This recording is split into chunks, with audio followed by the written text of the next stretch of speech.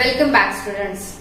In this session, we will talk about the last topic of this chapter, component of food. In the beginning, if you remember, I have written 5 nutrients, carbohydrates, fats, protein, vitamins and minerals at this side, and 6, 7 I have written water and roughage. Okay, and at that time I told you that water and roughage is not counted in the nutrients, right? But still they are very important factor for our normal functioning of the body, especially digestive system. How? First we'll talk about the water. You know, water is called as the universal solvent. Universal solvent. This to keep in mind, ये जो चीज है ये आप हमेशा याद रखना. आपको ये चीज ये स्टेटमेंट ये जो टर्मिनोलॉजी है ये 8-9 तक काम में आने वाली, आप तब तक सुनोगे इसको. Why water is called as universal solvent? Because most of the things in the world are get dissolved into the water. World की छोड़ो, अपनी बॉडी की बात करते हैं. All the nutrients are get dissolved into the water. Clear? So उससे क्या होगा? When the nutrients are absorbed in our body to different parts of the body, for example small cells, इन सब तक ये न्यूट्रिएंट लेके जाने का काम कौन करता है? ब्लड. कौन करता है? ब्लड. एंड ब्लड का 92% हिस्सा क्या होता है? It is water. Means 92% of the blood is nothing but the water. So when all the nutrients, ये जो सारे nutrients है ये पानी में डिजोल्व होके ब्लड के साथ पूरी बॉडी में सर्कुलेट होते हैं. So that becomes easy for all the cells of the body to get that nutrient. That's why water is very important. Understand?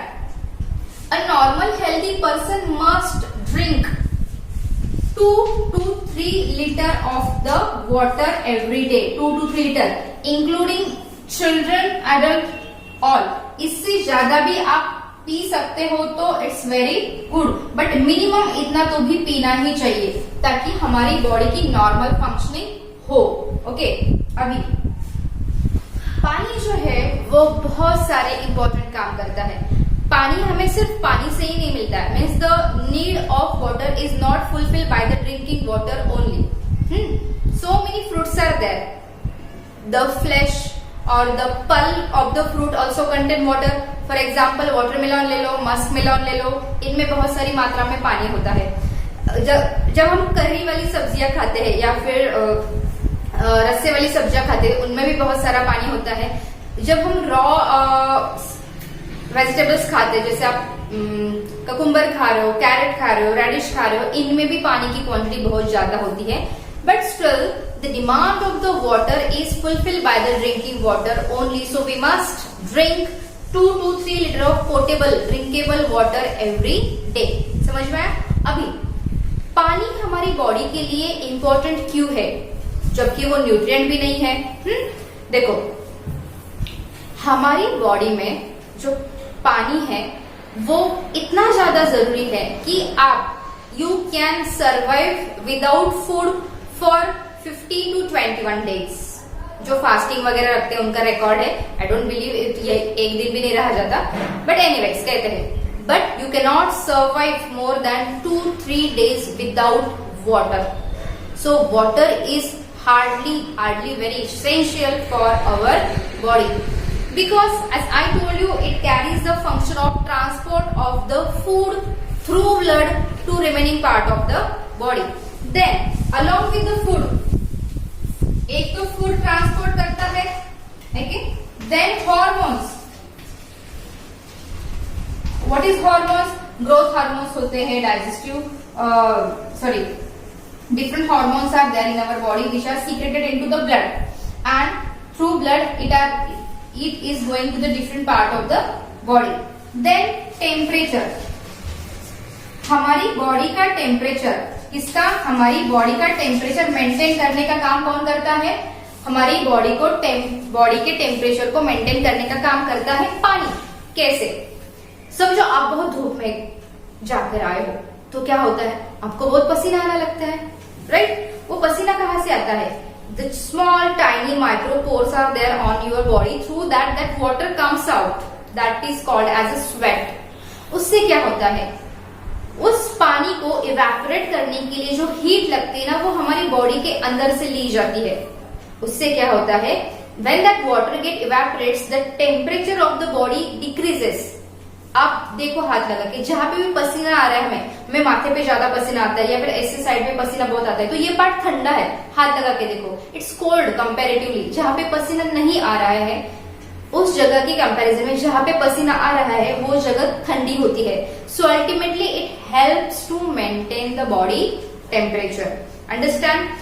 It also helps to remove the waste from our body, हमारी body से waste, for example urine, sweat भी एक type का waste ही है because it contain excess of minerals and salts. Even urine also contain excess of minerals and salt. हमारी body का जो वेस्ट मटेरियल है उसको बॉडी के बाहर थ्रो आउट करने के लिए भी पानी बहुत ही ज्यादा इंपॉर्टेंट है। आप देखो, आप जितना कम पानी पीते हो उतना आपको यूरिनेशन के लिए ज्यादा प्रॉब्लम होती है। कभी कभी ऐसा भी होता है कि आपकी यूरिन डार्क कलर की हो। If you are drinking normal 2 to 3 litre of water every day, your urine, इन चीजों पे भी ध्यान देना जरूरी है कि when you are going for urination, आप सुसु करने के लिए जब जाते हो तो what is the colour of your urine? When you are not feeling well and you are going to doctor asks you कि आप जब यूरिन के लिए जाते हो, यूरिनेशन के लिए, तो आपको यूरिन कैसी कलर की दिखती है? डार्क कलर की दिखती है या येलोइश कलर की दिखती है या व्हाइटिश कलर की दिखती है? If your urine is yellowish in color, that time it has been calculated that आप आपके बॉडी की पानी की जितनी रिक्वायरमेंट है उससे कम पानी पी रहे हो। इससे जो आपका यूरिन है वो ज्यादा कॉन्सेंट्रेटेड हो गया है। किससे? The waste material which is been thrown out through the body. इसके लिए बहुत ज्यादा पानी पीना आपके लिए इम्पोर्टेंट है। इसके अलावा when your body is hydrated well, आपकी बॉडी जब एकदम हाइड्रेटेड रहती है, your skin become very glowy and healthy, your eyesight become healthy, your hairs are growing healthy, you are always remain energetic. देखो हम बहुत थक जाते हैं, ग्राउंड पे आप खेल रहे हो, आपके पीटी पीरियड में आप जब खेल रहे हो, you are getting so tired, then what are you doing? आप खाना खाते हो उस समय? नहीं, आप पानी पीते हो। When you are drinking water, that time you are feeling so relax. Why? It hydrates, it energetize your body. So it's very necessary to drink the water frequently. बार बार पानी पीना जरूरी है। आप कम से कम एक टाइम पे 1 गिलास नहीं पी सकते तो आधे घंटे में आधा गिलास पानी तो पी ही सकते हो, isn't it? That is good for your digestive system also. हमारी डाइजेस्टिव सिस्टम को प्रॉपरली फंक्शन में रखने के लिए पानी पीना बहुत जरूरी है। So do you understand? Though water is not the nutrient, but its value is more than the nutrient. The last part is roughage. Roughage. What is mean by this? Before we start with this, I want to tell you something about this. Wholemeal flour, feces and constipation. अब ये wholemeal flour क्या होता है? Wholemeal flour मतलब जो हमारे wheat होते हैं, गेहूं का आटा, which is not sieved. देखो जब आटा बन के आता है फ्लोर मिल से, गेहूं से, तो हम उसको छानते हैं, हम उसको सीव करते हैं, फिल्टर करते हैं। तो उस छन्नी के जो फिल्टर होता है, वो जो सीव होती है, उसके ऊपर जो ऐसा डस्टी सोई पार्ट जो हमें मिलता है, that we are throwing out, right? Actually we should not throw it, we should eat in the form of roti या गेहूं का जो भी पार्ट जिस डिश में हम खा रहे हैं उसको हम खाना, we should eat that. Why? When the flour is made up of wheat without removing the bran of it, bran means outer covering of the wheat, जिसको आपने निकाला नहीं है, सेपरेट नहीं किया है, that is called as wholemeal flour.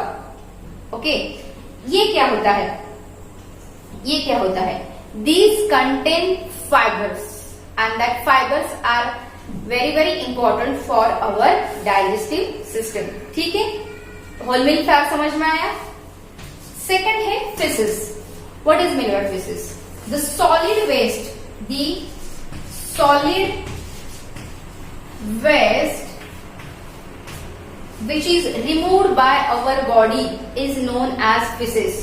रोज सुबह उठ के आप जब टॉयलेट को जाते हो ना, टॉयलेट को, ये नंबर को, so whatever is be thrown out your body, that is called as feces.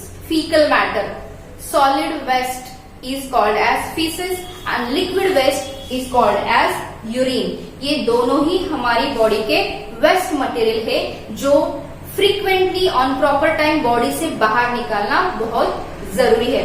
Urination के लिए आप दिन में बहुत बार जाते हो, depends how much water you are drinking. Okay, so for the eradication of the faecal matter you are going every day in the morning. जब आप सुबह सुबह उठते हो तो जब आप टॉयलेट होके आते हो तो आपको एकदम फ्रेश लगने लगता है. Why? Because that much of waste material you have thrown out of your body, तो फ्रेश ही लगेगा. So and the last one is constipation. ये बहुत ज्यादा बच्चों में पाई जाने वाली प्रॉब्लम है कॉन्स्टिपेशन की. Now what is this constipation? when due to lack of water, जब हमारी बॉडी में पानी कम हो जाता है और डाइटरी फाइबर मतलब रफेज की कमी होती है हमारी बॉडी में, तब कॉन्स्टिपेशन की प्रॉब्लम होती है. क्या कॉन्स्टिपेशन की प्रॉब्लम होना मतलब आपका ये जो फीकल मैटर है ना वो बहुत ही हार्ड हो जाता है.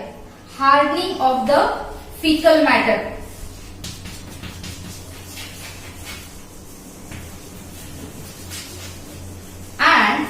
And it becomes a very painful phenomena, which is when the hard fecal matter is not easily thrown out of the body. मतलब आप 5 मिनट के जगह 10 मिनट 15 मिनट आधा घंटा ऐसे पेट पकड़ के टॉयलेट में बैठते हो. आपको पॉटी तो आई हुई होती है बट पॉटी होती नहीं आपको. Why? That problem is called as constipation. Why does it occur? It is occur because of the hardening of the fecal matter. Hardening of the faecal matter क्या होता है? एक तो आपके बॉडी में रफेज कम है डाइट में और दूसरा पानी. So this roughage is also called as a dietary fibres. Dietary fibres mostly contain the cellulose, right? ये हमारे डाइजेस्टिव सिस्टम में डाइजेस्ट नहीं होता है, इसीलिए ये क्या होता है स्टार्टिंग टू एंड, मतलब अब जब खाना खाते हैं तो च्यूइंग से लेके स्टमक फिर इंटेस्टाइन से लेके एनस तक ये सब जो खाना है वो लेके जाने का काम कौन करता है? ये सेल्यूलोज मीन्स रफेज करता है. These dietary fibres are not giving any nutrient to our body, but these dietary fibres are helping to carry out the eaten food from the mouth to the anus, going through different process. जैसे कि mouth से फिर food pipe में गया, फिर stomach में गया, फिर स्मॉल इंटेस्टाइन, फिर लार्ज इंटेस्टाइन, फिर रेक्टम, फिर एनस. ये सारे पाथ में फूड को कैरी करने का काम कौन करता है? Water and roughage. These fibres mostly contain the cellulose. क्योंकि हमारी बॉडी सेल्यूलोज को डाइजेस्ट करने के लिए अडेप्ट नहीं है. Cellulose is also the form of carbohydrate, but we are not adaptable for it. Animals जो खाते हैं ना ग्रीन ग्रास फॉडर्स वगैरह, वो सेल्यूलोज को डाइजेस्ट करते हैं क्योंकि उनकी डाइजेस्टिव सिस्टम इसके लिए अडेप्टेड है, सुटेबल है. हम घास खाते हैं क्या? नहीं, वो खाते हैं. क्यों? क्योंकि उनकी बॉडी सेल्यूलोज डाइजेस्ट कर सकती है, हमारी कर सकती है क्या? नहीं. इसलिए हम क्या खाते हैं? रोटी सब्जी दाल चावल वगैरह वगैरह and so on. So to carry out the waste material without these problem, we have to include the dietary fibrous fruit in our body.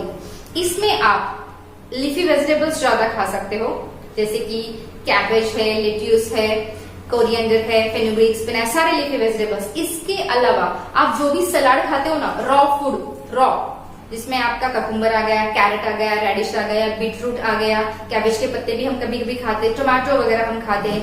इन सब में कम ज्यादा मात्रा में रफेज प्रेजेंट होता है. And as I told you that whole meal flour, if आप रोटी खा रहे हो, ब्रेड खा रहे हो, नूडल्स खा रहे हो और वो अगर होल मिल फ्लोर से बनी हुई है तो you will never suffer from the problem of indigestion or constipation. The process of digestion will be go on so smoothly.